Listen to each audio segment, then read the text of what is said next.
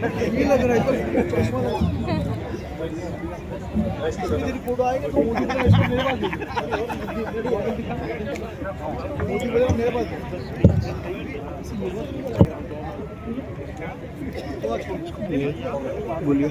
सबसे पहले park plaza के प्रांगण में डीसा चितकारा के द्वारा आयोजित स्कूल लीडर समिट, जिसमें सभी हरियाणा और पूरे देश से शिक्षाविद आए हुए हैं, उसमें आए हुए हमारे परम पूज्य विश्व गुरु, योग गुरु, संत बाबा परम पूजनीय रामदेव जी का मैं हृदय की भावनाओं से सभी की तरफ से, पूरे देश के शिक्षकों की तरफ से बहुत बहुत अभिनंदन और स्वागत करता हूं। बाबा जी ने जो अलख जगाई पूरे देश में, उससे आप सभी भूले हुए नहीं हैं। योग की एक अलख, पर अब एक और अलख जिसकी जरूरत है।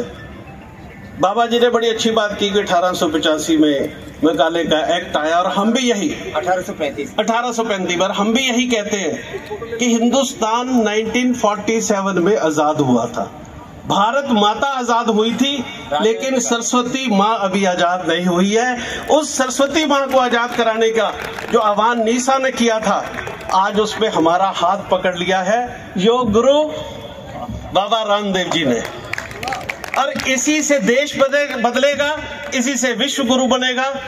भारत दोबारा अपनी उस ऊंचाइयों को छुएगा। तो मैं अब बीच में ना आता हुआ जिन सबको जिसका इंतजार है बाबा रामदेव जी का, उनको निवेदन करता हूं कि आपके सम्मुख शिक्षा की जो क्रांति की ज्वाला वो लेके आए हैं, वो बताएं कि किस प्रकार शिक्षा की क्रांति, अभिनव क्रांति जिसकी उन्होंने आह्वान किया है, उसके माध्यम से इस देश को बदलने का वो सपना उन्होंने देखा है, और उस सपने को आज हमें बताएंगे। बाबा जी, आपका बहुत बहुत अभिनंदन और आपका स्वागत।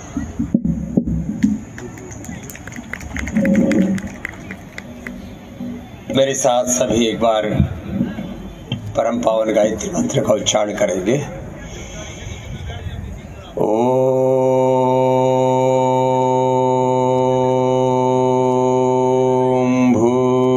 भूर्भुवस्वः तत्सवितुर्वरेण्यं भर्गो देवस्य धीमहि धियो यो नः प्रचोदयात्। ओम शांति शांति शांति ओम। बोले भारत माता की। जरा सर्दी में थोड़ी तो गर्माहट रहनी चाहिए। भारत माता की वंदे। आज हम भारत माता की वंदना के लिए सरस्वती के उपासक हैं आप, और हमारे होने का मतलब है हम मात्र एक व्यक्ति नहीं है। जैसे शेर का बच्चा शेर होता है, अब उसको कोई इंट्रोडक्शन की जरूरत थोड़ी होती है। अभी भाई साहब हमारा इंट्रोडक्शन दे रहे थे, बहुत तरह की इन्होंने बातें कह डाली। थैंक यू साहब।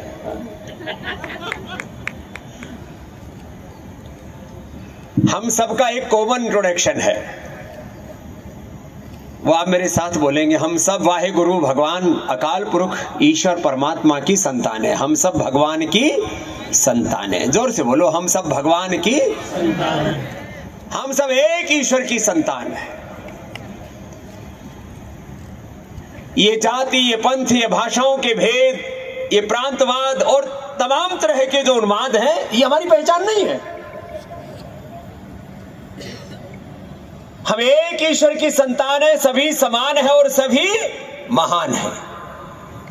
आजकल लोग बड़े बड़े कैंपेन चलाते हैं, ब्राह्मण महान, फिर क्षत्रिय सभा वाले आ जाते हैं, क्षत्रिय महान, फिर उसमें आजकल तो फिर जाट महान, अहीर महान, गुज्जर महान, और फिर आजकल एक कॉमन वर्ड चल रहा है ओबीसी महान, फिर आगे शूद्र महान, फिर आगे बोले अग्रवाल। हम तो सबसे आगे ही हैं। आप में से भी बहुत से अग्रवाल वाली पंक्ति में बैठे हैं अग्रवाल लोग। बोले हम, हमारा तो नाम ही अग्रवाल है, हम तो हैं ही आगे। मैं कहता हूं भाई साहब ये सब ठीक है, हम चाहे हिंदू हैं, मुसलमान, सिख, ईसाई, जैन, बौद्ध, जो अलग अलग मजहबी तौर पर कुछ हमारे तत्व का भेद नहीं है,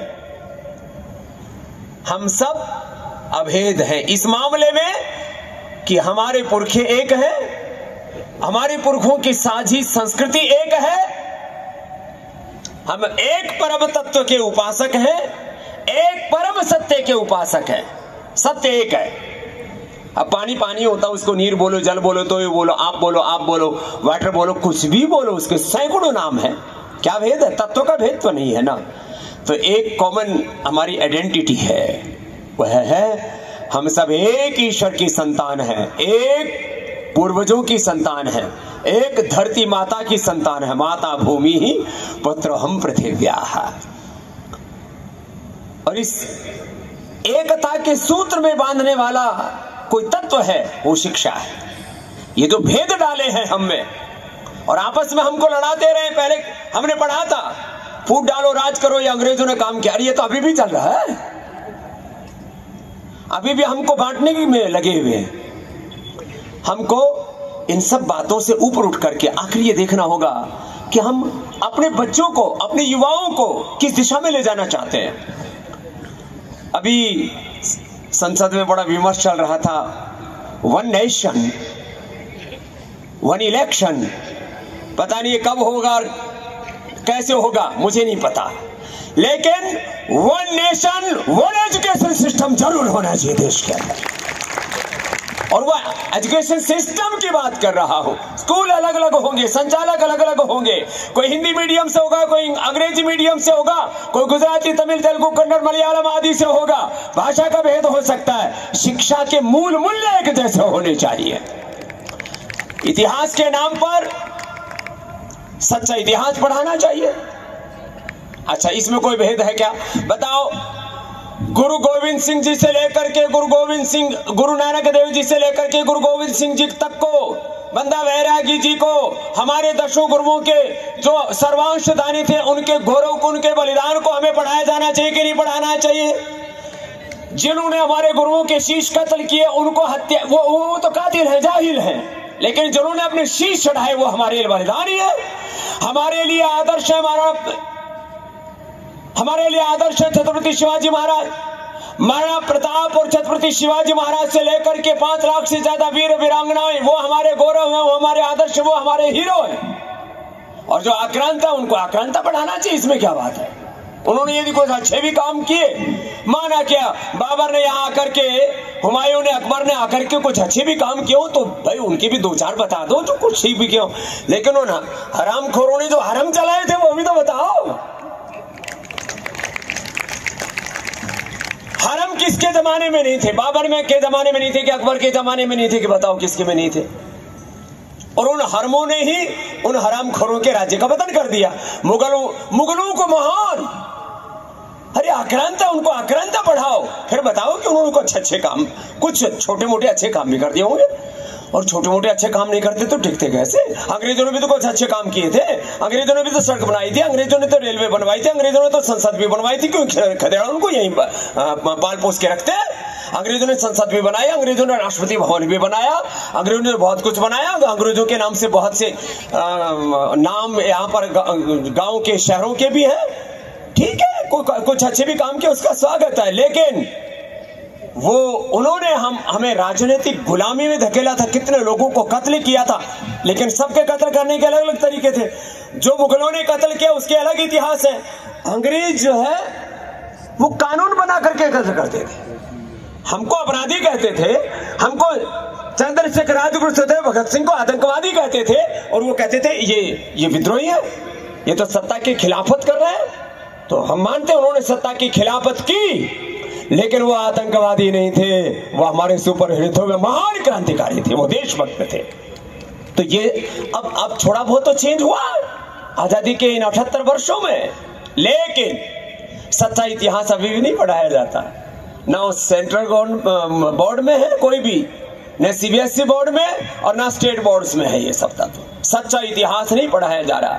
तो एक बात तो कॉमन है ना, ये है one nation one education system, policy, मूल्य, मानदंड, आदर्श एक जैसे होने चाहिए। देश में सच्चा इतिहास पढ़ाया जाना चाहिए कि नहीं पढ़ाया जाना चाहिए, बोलो। अरे इसमें तो कोई शंका ही नहीं है, तो जरा जोर से तो बोलो, सच्चा इतिहास पढ़ाया जाना चाहिए कि नहीं पढ़ाया जाना चाहिए। चलिए थैंक यू, जोरदार ताली बजाओ भाई। अब मेरे आप तो सब हो ही क्रांतिकारी हो, इसीलिए तो निशा से जुड़े हो। अरे हमारा कुलभूषण इधर आ भाई, कुलभूषण, इसका नाम मैंने कुलभूषण प्लस योग भूषण भी कर दिया है। बस थोड़ा पेट इनको मेरा जैसा करना है, वो भी ज्यादा नहीं है। और भाई ये भी पिछले कितने सालों से लगे हुए साहब, 21 सालों से लगा हुआ है, तो मेरे से जूनियर ही है, मैं 35 सालों से लगा हुआ हूं। वैसे मैं 50 साल का योगी हूं। अब मेरा जैसा पेट करने के लिए, इतना करने के लिए तो इनको थोड़ा कोई नहीं, वही रहो आप लोग, मैं अपना कार्यक्रम खुद कर लेता हूं।